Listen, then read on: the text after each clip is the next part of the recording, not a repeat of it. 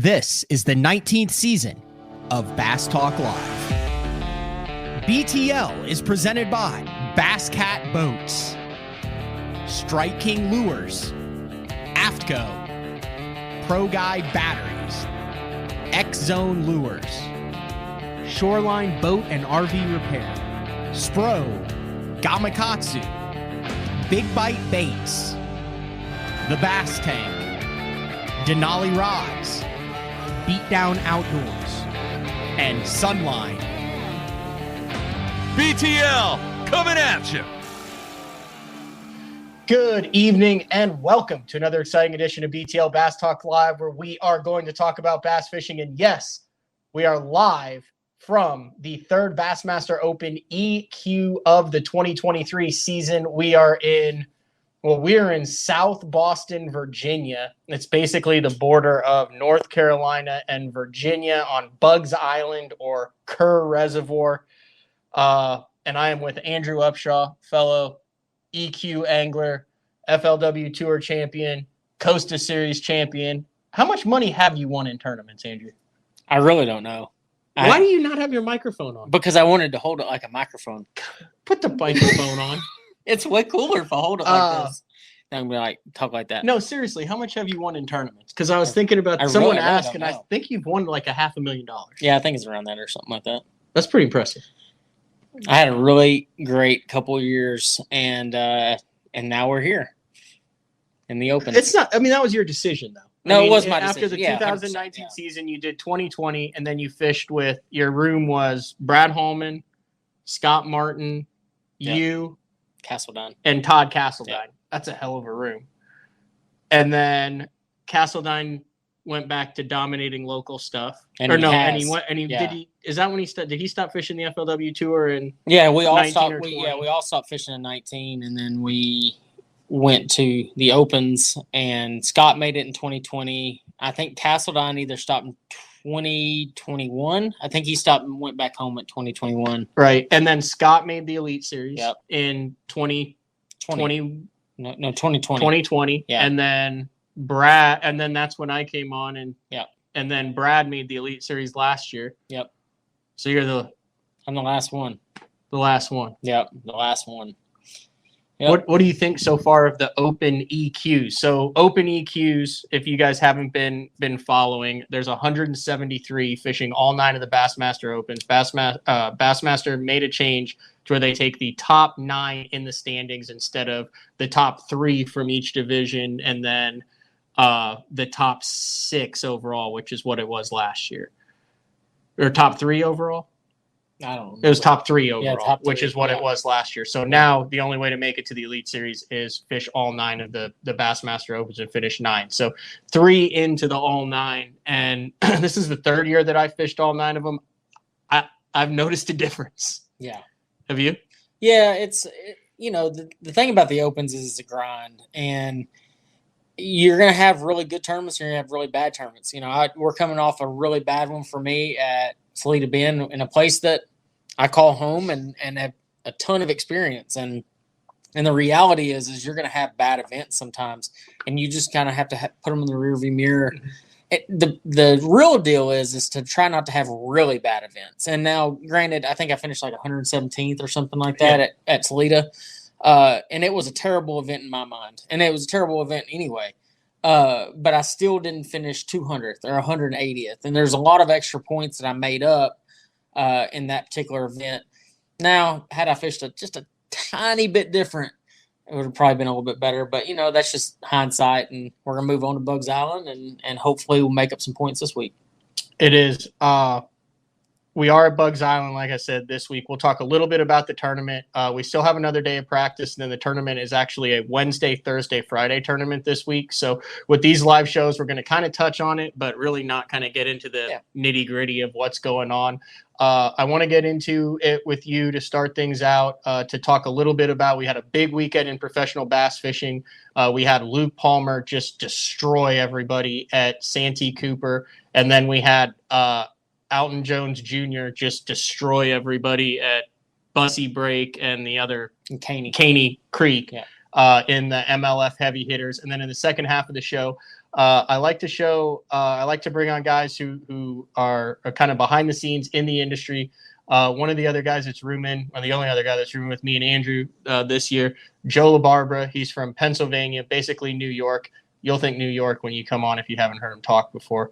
But Joe had a career before this, kind of got into the industry, also is fishing all 9 of the opens, but also makes his living with social media, doing things in the industry. So we'll get him on in the second half to kind of talk about that and break it in. But first of all, let's dive into the Elite Series. Luke Palmer absolutely smashed them on let me pull up the stats here. At Santee. Yeah, at Santee Cooper. I think he had like 95, 96 pounds. If you look at the Open Pros Pick'em, you were the one who actually thought that it would be heavy weights like this. And it wasn't throughout the entire field. There were a lot of guys that struggled in this event. But you look at that particular tournament, and I felt like there'd be one angler. I didn't know who the angler would be, but I felt like there'd be one angler that really just blew it out. And obviously Luke just absolutely crushed on him. But, I mean, if you look at second place, I just want you to look at second place for a minute. Mark Menendez came in, and he had a second day 9-pound day. I think, what was it, 9 pounds? Yeah, we pull it up here. Yeah, we're going to look at the actual results here. But I think he had like 4 fish for 9 pounds. Yeah, he had like less than 10 pounds. And, I mean, and he averaged over like 20. He had like a 28-pound day and like a 23 and a 22-pound day, if I remember correctly. And lost by 14. And I know that sounds like a lot, but if he'd have just stayed with his average, it'd have been a 2-horse race for sure. So it's just really interesting that 2 guys really just wrecked him as good as they did. They were catching a lot of big ones. Yeah, they were. Had Luke Palmer on the show last month, and he's a really quiet, reserved guy when you interview him. Did not know that he had that kind of fire and intensity in him when he was catching those fish, those 5 and 6 pounders. It was really cool to watch him on Bassmaster Live get so jacked up, and then towards the end of the final day on the replays that I've gone back and watched, that he had the thing in the bag and that he was going to win his first blue trophy. You want to talk about a blue-collar guy that came up through Oklahoma, did really well in Oklahoma, came up through the Open, still works at the hardware store that his family owns, farms, and then is in the hardware store, goes and practices, drives home, and he's back working too. Yeah. So really cool to see him get the $100,000 and the blue trophy, and really add to a long list of Elite Series anglers from Oklahoma who have won blue trophies. No doubt. And if you look at his consistency, I think he's something like he's missed 6 checks his entire career. That's pretty incredible. Which is absolutely incredible. So you look, right now he currently is the most consistent angler on the Elite Series when it comes to $10,000 checks to top 50 finishes. Actually missed one earlier this year, but rebounded nicely with a first place finish. I mean, if you're going to miss one, you come back and win. That's what really matters. So it was impressive. Also, guys who we expected to show out in this tournament who did. You had Drew Cook, sight fishing. He did good the last time they were there. Brandon Cobb, South Carolina. Now, I did not realize that he is not familiar with Santee Cooper. He's only fished 2 events on Santee Cooper his entire life. I did not. But he, obviously, though, I will say this. He did his homework because I watched some of the Bassmaster Live, and he was very, very dialed in. And it was pretty incredible to watch him break down those trees, the cypress trees, and how he was doing it. It was pretty cool. Now, I've only been on Santee Cooper to cover a tournament. It's, I would venture to say, in the country, one of the top 5 most intimidating fisheries to go to if you haven't been there before. As far as intimidating fisheries, if we're going to list that, if you haven't been there before, Toledo Bend's got to be at the top of the list. It's probably up there. Yes, it's at the top of the list. Yeah, you grew up there. You don't understand what it's like. The best advice I give literally anybody that's never been there is to find literally 2 creeks on the lake and just learn 2 creeks and don't go anywhere else because there's plenty of fish in those 2 creeks. And if you do that, you're going to have more success. But when you try to cover too much water, that's when you get in the problem there. Shockingly, and I don't know if he wants me to say this, but I'm going to say it. Justin Lucas, I was talking to him after that. He finds Toledo Bend intimidating. Really? Out of all the difference, he's like, dude, I've never been able to figure that place out. It's so big. It's so intimidating. Yeah. I would put that up there. Another one would be Seminole. Yeah. Seminole is an intimidating fishery. See, I like Seminole, but it reminds me a lot of Toledo Bend. Okay, So I actually, I'll tell you one that is kind of intimidating. At least my first time there was Lake Erie. And, because it is so vast, you're talking big runs. And honestly, it's probably, at least for me, and when I've been there, and I'm not talking Eastern Shore like Erie, Pennsylvania, but I'm talking like Western side of Erie. It's actually, you don't just go out there and blast them all the time like you would at like St. Clair, Huron, Ontario, some of these others. So it's a little bit more of a grind, a smallmouth place, and it's just really hard to dial it in. It changes all the time. The guys like Pipkins that just stay on them over there is just incredible. Yeah, I would definitely put Erie up there, and then if we're gonna round it out, I think the Red River. You have to look at it. You're a seasoned professional angler, Andrew. I think you have to look at it from but I wouldn't put you've got rivers. locks, But you've got rivers. Locks, you've got wing dams, you've got current, you've got hyacinth, you've got backwaters that are hard to access. Think about some of those areas, like where me and you were fishing. Yeah. Like that was the first time that I had done something. I ran in there. No, you didn't. I ran about halfway in there. Halfway, you couldn't run at all. But I went in the drink once that week. Yeah. That was hilarious. That's an intimidating place. You don't get back there unless you know where you're going. It is intimidating from the standpoint of you're bumping stumps the whole time. There's no comfortability. Like you can't just get on the trolling motor and go. You're just going to be hitting trees the whole time. And it makes you slow down. It makes you a lot more cautious. And I honestly, I would agree with you there. There's just so much water there for sure. Anywhere else? I'm trying to think.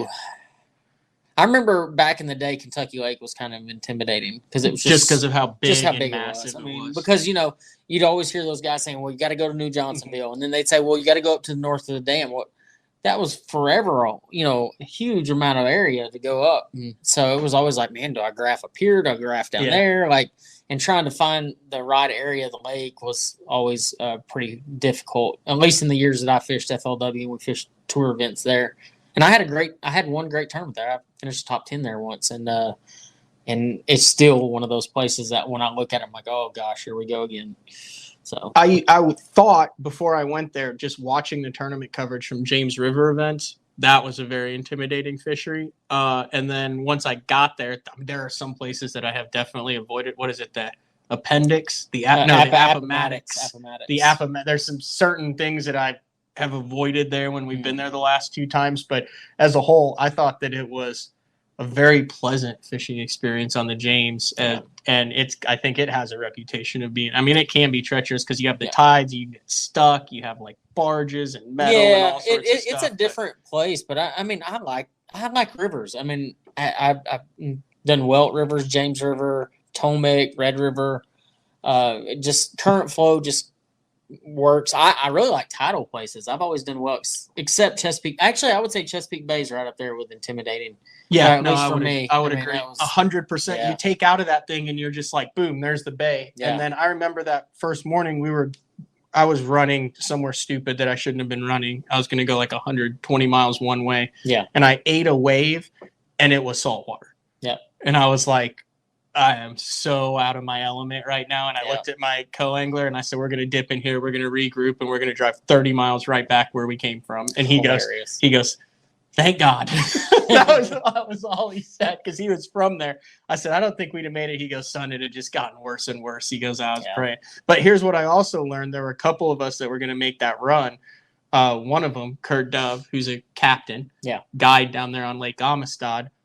He knew that based on the way that the wind and the current was stacking up, that if he ran the opposite side because it was shallower, the channel wasn't pushing as much. And he's like, yeah, I shot it. He goes, it was a little rough, but he made the run. And there is no way. There were like 15 of us that turned around. Yeah. And actually, I learned that lesson at Pickwick one time. They were ripping current hard. The water was up. And the wind was blowing opposite direction of the current. It was stacking waves out in the middle. And now, granted, we had to run some pretty sketchy stuff near the bank. But if you ran that sketchy stuff, you were in a third of the size of waves that you would have been out in the middle. And it's really smart to pay attention to current, direction of wind, and there's always going to be a place that you can run that will not beat you up as bad, always. And it doesn't matter what direction it's going, there's always a way to do it. That's good stuff. I was talking about intimidation, kind of bring it back full circle to Santee Cooper, because we had Bryant Smith and David Gaston, both their first time. Now I would imagine that would have to have been Bryant Smith's first time at Santee, being from California. I would imagine maybe David Gaston, I think he's an Alabama guy, so maybe he'd been there before in some events. I don't know, but 2 rookies in the top 12, which is pretty impressive on an event like Santee. Yeah, and you know, to see a guy like Paul Mueller up there too, watching him needed it too. Yeah, he needed it, but he was catching them his way, and I was impressed with that. I mean, he was Nico rigging around using his forward facing sonar, and you know, that's just the way he likes to fish, and so more power to him for figuring that out, because I don't think as many people did. And Polnick was forward facing; he was using his forward facing sonar. He was doing a little glide and jerk bait and stuff. Yeah. All right, on the MLF side, heavy hitters going on. Alton Jones Jr. He fished a number of years. I was actually watching before I left. I was watching an old Bassmaster on YouTube.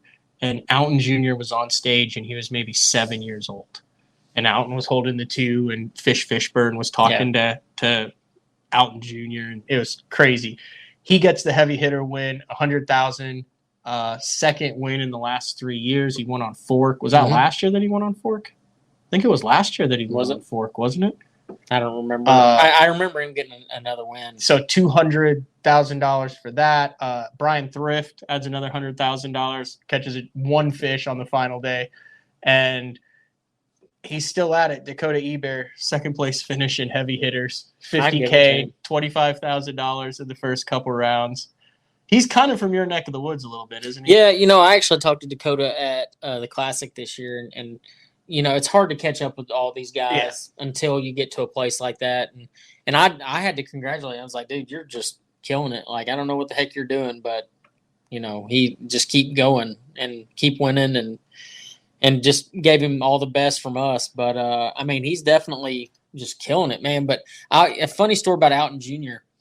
I used to fish Bass Champs, which is a little local trail. It's not a little local trail. It's a big local trail. It's a big regional trail. It is. It is. And Alton Jr. used to fish, and I'd see him at like Amistad and some of those others, because I used to fish the South Division even though I was in the East. And I used to talk to Little Alton all the time. That's what everyone calls him. Yeah, and I mean, call him. And I mean, he's not little anymore, but he was smoking them back then, dude. Like, there was absolute no surprise whenever he started doing as well as he was fishing MLF and some of that stuff. There was no shock to me whatsoever. I mean, I knew he was going to crush them. Yeah. So he's part of that group of kids that are no longer kids. Like, you look at the Howells, the Robinsons, the Lanes. Yeah, the Lanes, yeah. Britt Myers kid. Britt Myers Jr., I believe. Yeah. Alton. There's another one, too. Rambanis. Yeah, Rambanis' kid is coming up. He's pretty dang good. Browning. Yeah. Yeah, he already said radio. Yeah, that's insane. And then what, like Trey Swindle? I know that's not a son, but, you know, Uncle, I mean. Yeah, Uncle. And he would have won it open last year. Yeah, I mean, just craziness. Yeah. Let's talk just a hair about what we got going on this week.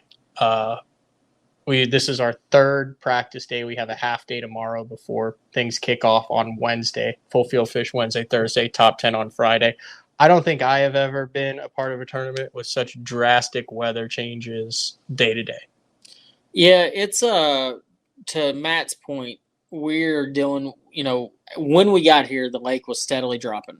It was drop. I think it dropped over a foot or almost a foot in about a 5-day, 6-day time frame.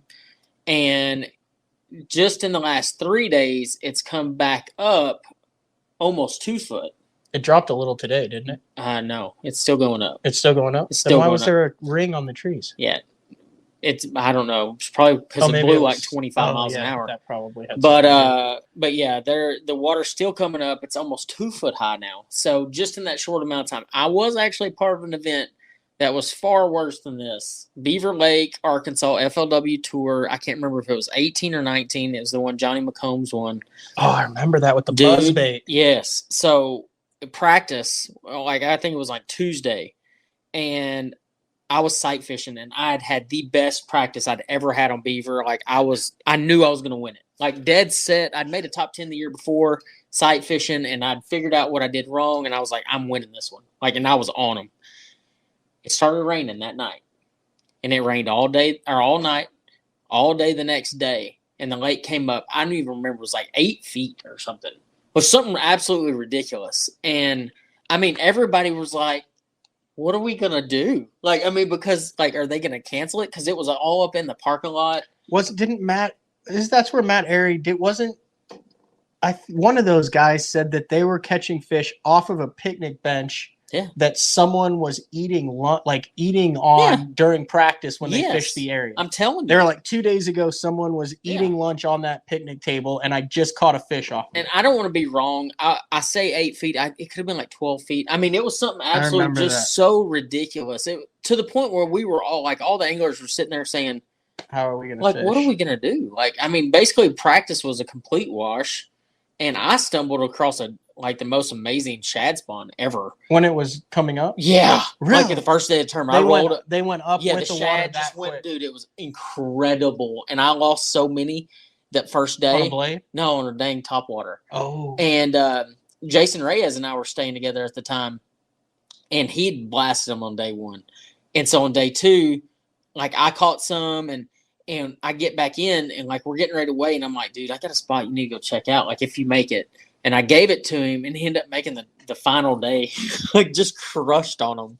And it was a little saddle on an island, but it was never an actual saddle on an island underwater typically. It was dry? It was dry, always. But there was a spot between two bushes. It's amazing to me how in tune, I don't think sometimes I give or we give enough credit to how in tune the fish are with their environment. Yeah, it's crazy. Like how quickly they move up, how quickly they pull out, how they know, like, how does a fish know where it can spawn and the water's not going to just drop and they're going to go dry? Or do you think that happens? Do you think there's tons of beds where the fish is like, well, that was a mistake? Well, no, that does happen. It does? Yeah, I mean, I can tell you this from just the first day of practice here.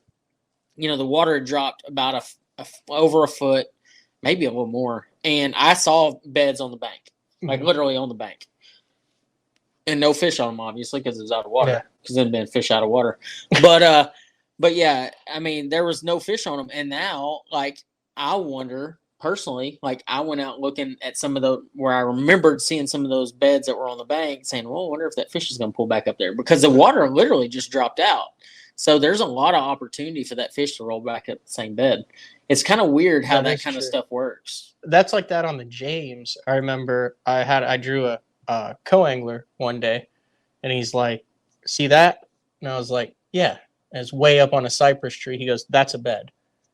And I'm like, why? And he goes, that's a bed. It stays moist. The eggs stay there. See how the shell and blah, blah, blah. And I said, well, where's the female? He goes, she's like out here somewhere. Just swimming around. She's like right out in front here somewhere. Yeah. He's like, you can't catch it now. He goes, but on high tide, he goes, if you get high tide tomorrow, he goes, you can come back and you can catch that fish.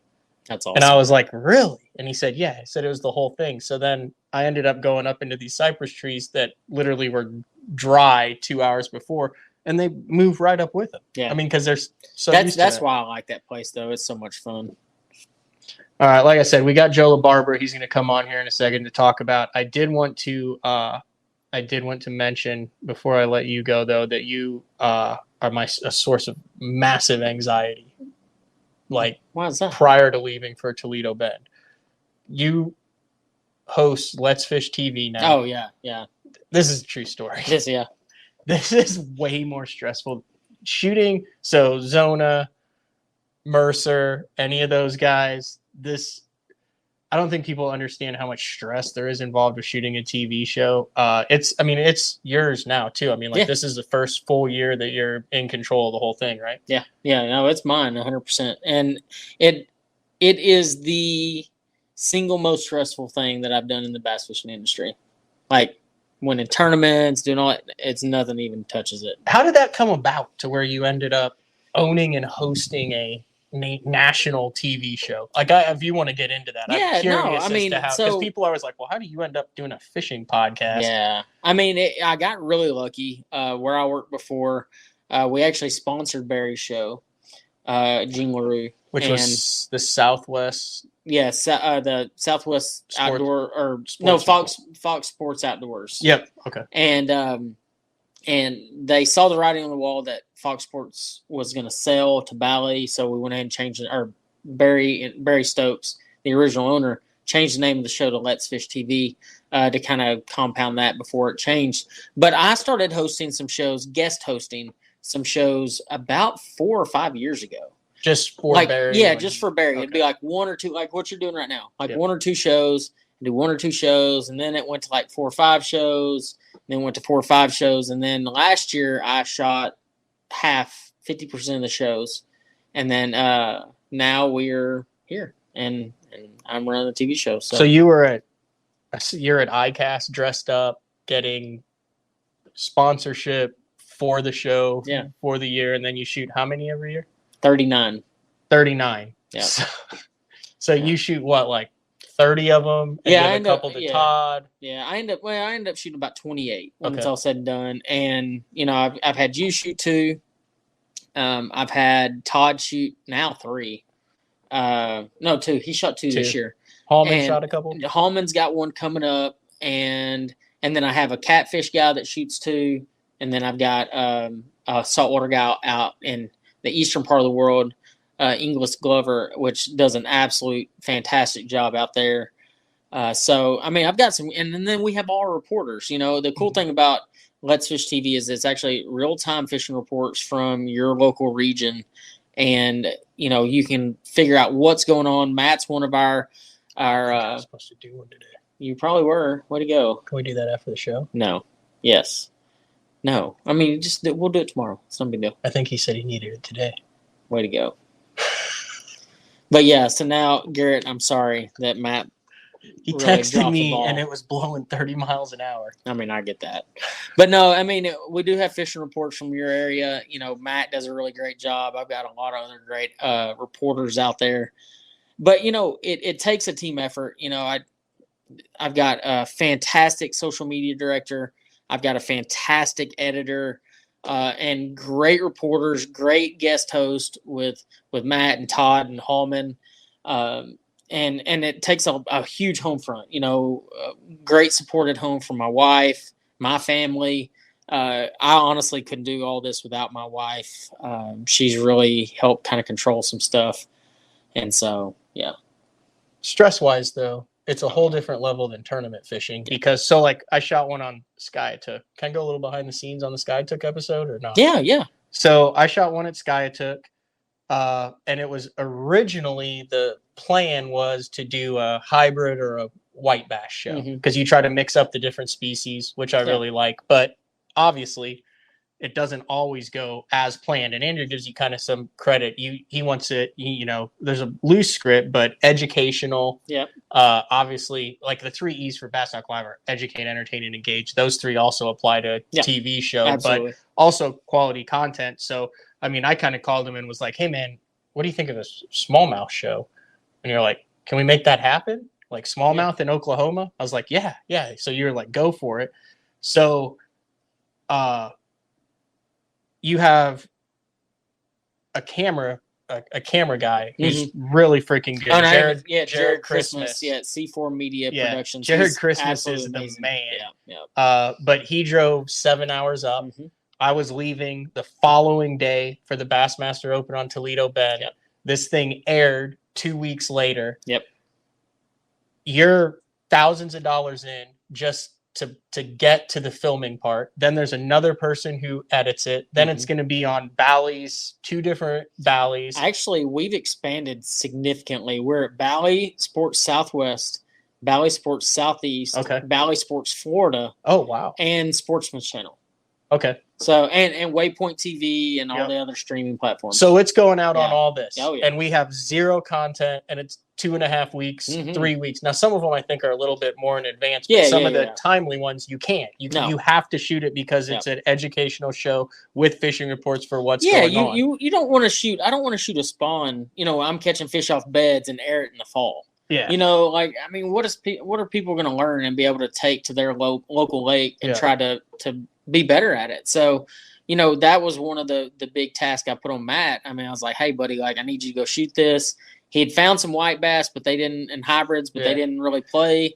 And he caught, you caught a big smallmouth, didn't you? The good one. A good one. Yeah. But, and he was like, can we do this? And I'm like, yes. Dude, that is so much more pressure because you have to get it done. Yeah, 100%. And you do that on a weekly basis then. Do you think it helps your tournament fishing, filming TV shows? Yeah, it or definitely does it hurt does. it because it's harder to focus on both? It's hard to focus on both, but I'm going to tell you, it definitely – honestly, if I could equate it to anything, I'd say it's probably kind of like the Major League Fishing stuff, how they, at least before when they were doing like every catch counts and like you're just against the clock, what's going on. It's really similar, like, because you're stressing out. Because the reality is, it's just like you. I think you'd gone on the lake maybe a half a day before. A lot of times I just show up and go film, and I'll give myself 24 hours to film it. And that's just what it is. So, I mean, I'm showing up to brand new bodies of water sometimes and filming shows like Jordan this year, Eagle Lake.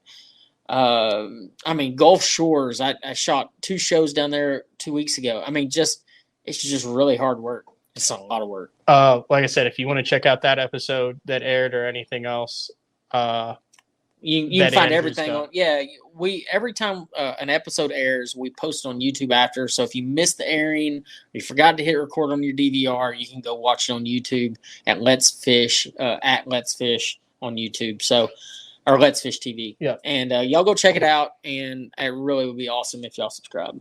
All right. Shameless plug. Yeah, how you feeling about this derby here? I mean, win or bust, buddy. Win or bust. Win or bust. You're not points in it? No.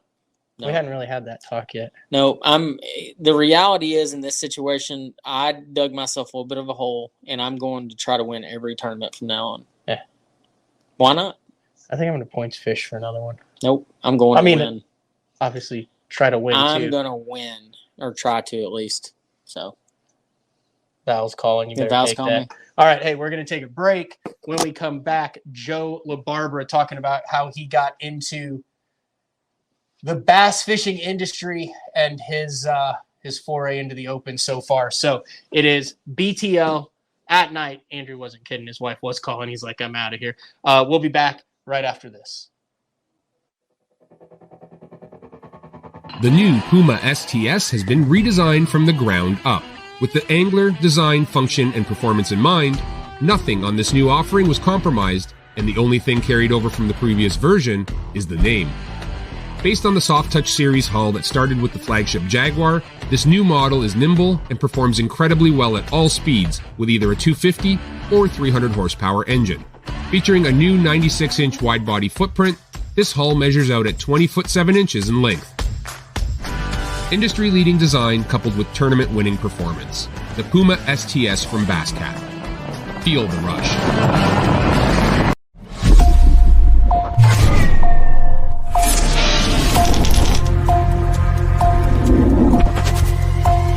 Everything you need, one legendary brand. Top one on Strike King.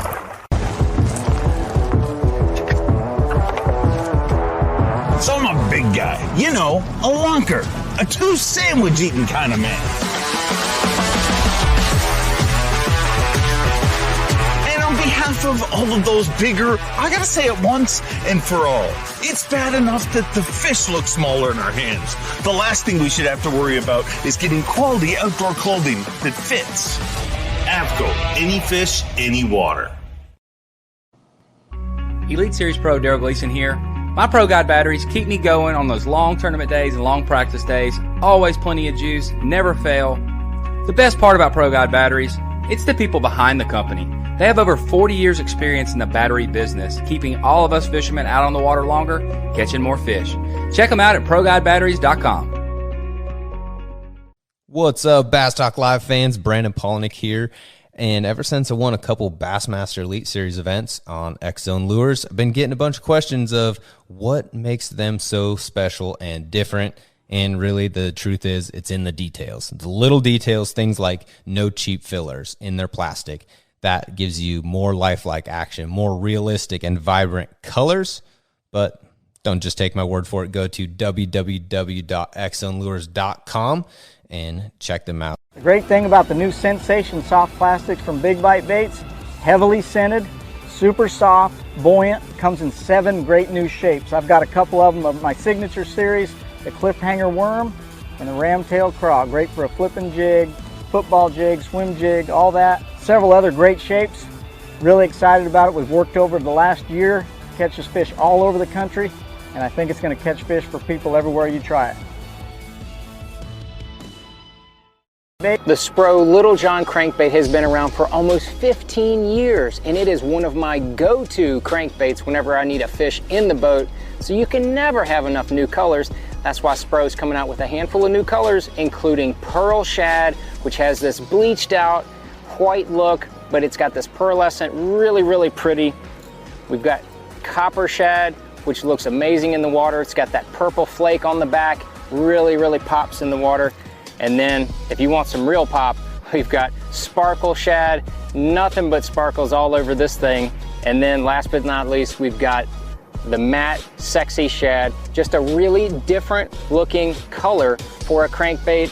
So you want to give them a little different look, that matte Sexy Shad is definitely the one to go with. All these colors are available in the original Little John and the MD. Welcome back. BTL, I don't even know what day of the week it is. What day of the week is it, Joe? Tuesday? Is it? No, it's Monday.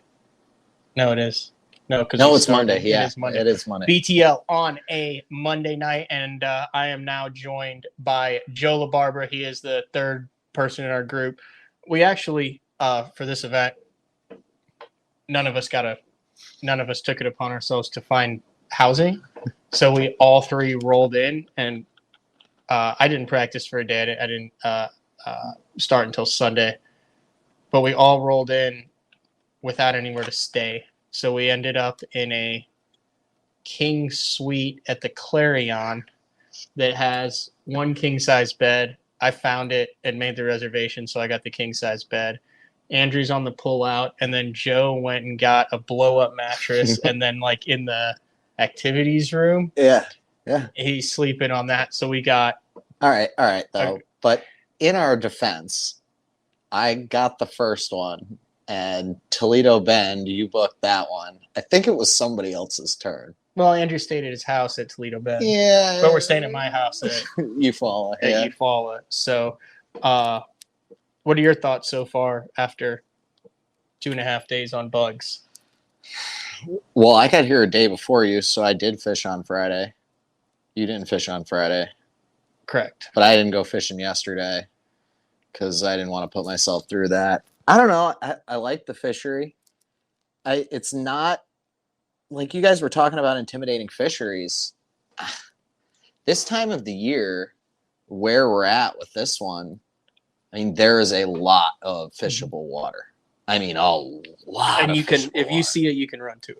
You can, unless it's in the media, you don't want to cut a shoal off. But. Yeah. So I mean, I like the fishery because it's very fishable, but for the first day, just driving around, it seemed like, oh, I want to fish that, I want to fish this, I want to fish this, and it was a lot. But I mean, it's starting to come together. I wish there were some bigger fish in this place. But, I wish it was Toledo. I think a 6-pounder is really big here. Yeah. So traveling for the Opens the last couple of years, the James isn't that far away. I think the Chickahominy 2 hours from here because I have friends in Wilmington. I mean, they said they've seen 1 or 2 7s in the last 5 years. Well, the James has 10s, but I guess they got pure Floridas. They're pure Floridas. Yeah. Anyway, wanted to get you on to talk about. We have a lot of interesting people on BTO, whether it be writers and outdoor enthusiasts like Pete Robbins, historians like Ken Duke, like we just had Andrew on with his TV show. Gene Gilliland. But I always find it interesting to hear the paths of how people ended up doing what they're doing in the industry, because there's not really like a school to go to get into the professional fishing industry. And just explain a little bit about what you do, and then we'll kind of get into how you ended there, because you were a teacher. Yeah. For like with kids. Oh yeah. Well, so where I'm at now, I guess I'm kind of a content creator, social media influencer, but I do like consulting for like some brands. I work for some other industry professionals, like as a subcontractor, like mainly focused on like social media marketing and content creation. Yeah. That's just kind of like where my niche fell. And it was it's kind of cool how I got there, but it wasn't like it's been like an up and down weird zigzag to like get to that point, you know? What did you teach? So I actually taught elementary school kids. I taught drug and alcohol prevention, basically the DARE program for like, for like over 5 years. And just wanted something that was more fulfilled, like, or wanted some, like what was the transition there? Because I think that's where a lot of people are like, man, I'd love to get into it. I've got a job. I've got the benefits of it. So it really started before I took that job. I started fishing like club tournaments, BFLs. Like I'm pretty new to this. Like I didn't fish my first like Wednesday nighter till 2016. I fished BFLs in 2017. And while I was doing that, I actually coached American Ninja Warrior for like a gymnastics gym. And you got paid to coach American Ninja Warrior? Yeah, I like wrote the curriculum and like, yeah, it was cool. About, you know, teaching kids to do like flips off the walls and stuff. So I have a phys ed and health like dual degree. Like that's I did not know that. Yeah, that's what I went to college for. So I was doing that because I didn't really want to work for like the public school system. So I found cool jobs where I could be like a phys ed teacher. And so I did that for a while I started fishing derbs, and I kind of really got into like the social media kick. Like Instagram was starting to pop off, and YouTube was rolling good, and I just kind of wanted to get into that stuff. And my very first sponsor was a rod company, very small, like direct to consumer rod company. And their owner then started fishing the MPFL. Okay. So he was like, he asked his wife, of all people, like, who on the team do you think could run social media while I'm gone, fishing these 6 tournaments next year and having to do other things, since he couldn't run social anymore? And his wife was like, easy, Joe. And he's like, yeah, you're right. You know, I didn't really think of it, but now that you say it, like, it's a no-brainer. And he asked me to do it, and I ended up doing it for like 6 months straight for him. And then he took it over in the winter. And then I did it again for him last year, like 3/4 of the year. And now we kind of like split responsibilities running it. And it opened up other doors. Like I've run social media for a bunch of brands and entities in the industry now, just kind of out of like just my joy of doing it for myself in the beginning, and kind of like reading articles and trying to keep up to date. And so what's the end goal? I don't think I've ever asked you that. We've only known each other for like about a year. Yeah, like when we roomed together with Kurt at Kurt's camp is when Kurt does pro bass camp. Which is coming up. July. Well, he's doing 2 back-to-back on Amistad. Are you doing those? No. But I am going to do the New York pro bass camp up at New York at Oneida. This is like the fly to, I guess, 12th or 13th year. We've had Kurt on before to talk about that. I think it's year 10. Yeah. I think it's like year 6 or 5 in New York, and like I think this will be year 10 at Amistad. But you're a northern guy. Yeah. Through and through. Oh, for sure. What has been the most difficult thing for you as a northern angler who understands the smallmouth and the grass and what goes on in those natural New York lakes and the Great Lakes and smallmouth predominantly? What has been the biggest challenge and the biggest learning curve coming south? Well, we still haven't got outside of the post-spawn time of the year. And I knew this would be the hardest time of the year for me, because we don't have shad spawn, herring spawn. We don't we don't get that. Like it happens maybe a tiny bit at the Potomac, a tiny bit at the Chesapeake, even less than the Potomac, but it's not like a predominant thing in any of the 5 Northeast BFLs, in any of the 3 Northern Opens when it used to be the Northerns before they changed it to the divisions. It's not something I get to experience much of. So like I think I'll do better at tough tournaments like Watts Bar in September than a tough tournament like maybe this one or Eufaula, the first one, because I just, that forage base and how that affects, you know, fish's feeding process right now is just so unfamiliar to So me. more so it's not the fisheries that look different or different types of cover, vegetation, forage, or flow on the fishery. It's the forage base that's the hardest thing for you to translate from the north to south. Without a doubt. Yeah. That, and like, we use a lot lighter equipment up north than you guys do. Like, I mean, I had to spool up. Like, I'm a big like braid to fluoro guy when I'm like flipping, and I like pulled up to a set of bushes the other day, and I was like, just started ripping braid off a rod. I made like 2 pitches into a bush, and I was like, if I make a 4th pitch, I'm just gonna. It just doesn't work. So I quick stripped a ton of line off in the middle of the boat and just like winding 22-pound test on, because I knew I was gonna have to at some point. So, like, just kind of the setups are a little bit different. I mean, I'm blessed to be doing it. I'm not at all like, I have those frustrated moments where I'm like, man, I'm like Brian New, like, don't suck. I don't want to suck. But at the same time too, I knew there would be challenges like this right now, so it's not super surprising to me. Like, I'm just happy to be here for sure. What's the biggest overall challenge right now? Trying to keep travel, up with money, job. You know, there's all. There's a lot. I know you could say it. Yeah, there's a lot. I mean, really, I'm like pretty easygoing. Yeah. So like those things are pretty easy for. Like, I'm 37. Yeah. Like, you, me, and Andrew are all the same age. Like, I didn't quit my job back in May to do this like social media content creator full-time in the industry thing without a plan to like have enough money, make sure my credit cards don't like go overdue. I don't want to like have to sell my home. Like, I keep my mortgage paid. Like, you have a cool house too. Yeah, thanks, brother. How old is it? 100 years? 109. Like, you walk into Joe's house, and it's like a historic house. It's nice inside, and you like walk into the kitchen, and it's like a normal kitchen. And then you take a ride into the living room, and there's like 2 trophy cases, and it's just like high-end tackle like in the box and stuff. And then you like look up, and the whole ceiling is rods.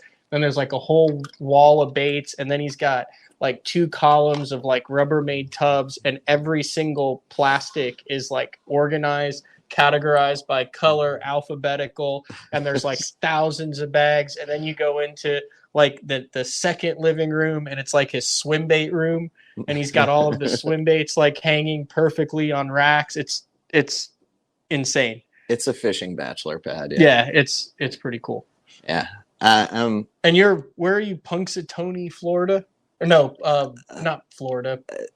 It's Northeast Pennsylvania. Northeast Pennsylvania. It's like, I mean, but what's in so Scranton? Well, Punxsutawney's the what's the holiday with the groundhog? The groundhog holiday. Isn't that where it is? It's got a name, something like that. What? Well, Punxsutawney's just on the other side of the state. Okay. But yeah, it's Pennsylvania. I guess that's what we're known for. But I actually live close to Scranton, where the office is like based out of, you know, supposedly. But people ask me all the time, they're like, so that's where the office is filmed. I'm like, no, the office is filmed in Hollywood, bro. Like, but yeah, I guess I shot some stills there. Final thoughts before we wrap up tonight on this derby that we're going to on BUGGS. I'm thinking 12 to 13 a day to cash a check. I mean, you're the stats guy. I think Well, no, I mean, this is me fishing it. This has nothing to do with stats. This is on gut feel after couple days of practice. You're not usually wrong, though. I mean, because you studied so much history on every single fishery everywhere. Yeah, but this is kind of a wild card, especially with the weather and the wind that we have in and the rising water and the fact that we haven't been here since like 1989 when Randy Blockett won like on a jig. I mean, I thought Toledo was going to be higher than you guessed. I think this one, I mean, my just gut feeling is that it'll be a little lower. Like, I think it'll be a lot like fishing a smallmouth derby on like Champlain, like any non-Great Lake body of water where it's very tight between the top 10 and like 85th place. I mean, it's going to be tight. I think there's a lot of 2-pounders in this. I think there's a lot of 2 to 4.5 pounders in this lake. It's a really good lake. It's a really cool fishery. Reminds me of like a combination of like 5 or 6 different fisheries squashed together. Yeah. Like it's got a little bit of like grand Fort Gibson feel, but it's also got like a little bit of Hartwell feel to it. I've been to Hartwell. It's got a little bit of a northern lake, but then it's also got a little bit of like a Neely Henry. It's a real weird combination. It's got some spots, but the spots, there's not very many big spots in here to play. You can finesse them here. Like you can actually do well finesse fishing them here. You can power fish them here. You can run up rivers. You can fish bridges. There's some floating docks. There's some floating debris you're going to be able to flip soon. There's some a little bit of submerged timber and stumps. There's a lot of bushes in the water. You have a lot of hardwoods. You have willows. You can flip willows, sweet gum. Yeah, there's not a stitch of grass in the thing. I think I've caught. Did you see a lily pad? There's no lily pad. No, there's either. no grass. It's amazing. But there is a bunch of different type of rock, gravel, sand, transition clay, banks. It goes from 6 inches to a foot of visibility way up north, all the way down to like 5 or 6 foot of visibility down by down south. Yeah, like Nutbush. A lot of cool stuff at play at this lake. I was fishing with Jonathan. He's fishing as a co-angler today, and he just goes, "Dude, now do you see why David Dudley's so good?" And he mentioned he talked about that, and it's like, yeah, he's got that and all sorts of stuff around that Virginia. But dude, this lake has like everything in one minus the grass and the tide. I mean, I think we up north, a lot of us like Paul Mueller, some other just like local hammers and stuff. We always talk about the diversity in our fisheries. Like you can drive 2 hours in any direction and get to like very diverse fisheries that are good training, like great training grounds. All those guys from like California, like Justin Lucas, Mark Daniels Jr., they all moved to Gunnersville because you can like catch them any way down there. I think this spot in the country is another very, very diverse place to train. So yeah, I mean, I get that David Dudley comment for sure. Anybody from very northern North Carolina or Southern Virginia. All right, if you're watching live, the Devils Rangers Game 7's going on. You're a hockey guy. I'm a hockey guy. We had 2 Game 7s last night. We get a Game 7 tonight. We're going to catch the last couple periods of that, or last period of that. It should still be going on, right? Oh, for sure. Don't anyone give the guys were telling me the score while you guys there were is filming. A score. Well, no, they were updating. Oh, I guess there is a score. 0-0 is a score. Yeah. Who knows? Yeah. Who knows what? Yeah, Jim, or I think it was Jim or Paul. They were. But you were a hockey player. Oh yeah, dude. Yeah. Well, there's not many other guys. I got a fake one. Do you really? Oh yeah. I got a fake 7. I got 2 veneers and a bridge. Yeah. All right, but let's see if I can turn a little bit of music on here. Dude, thanks for having me. Get out of here, dude. Thanks. I appreciate it. Glad to have you on BTL. Yeah. Enjoy rooming together. We'll get your blow up mattress off of my king size bed back where we turned into the studio. So hey, I want to thank everybody for jumping on BTL at night. Like I said, we're going to do more of these. I have one scheduled for Wednesday at 5. That we have to be off the water by 1 on Wednesday. Looking to get Milliken and Miles Berghoff. Couple of and maybe Bobby Lane. Those were the 3 guys that I wanted to bring in. Now, that being said, I do not know why, but this area has cell phone coverage that is worse than Toledo Bend.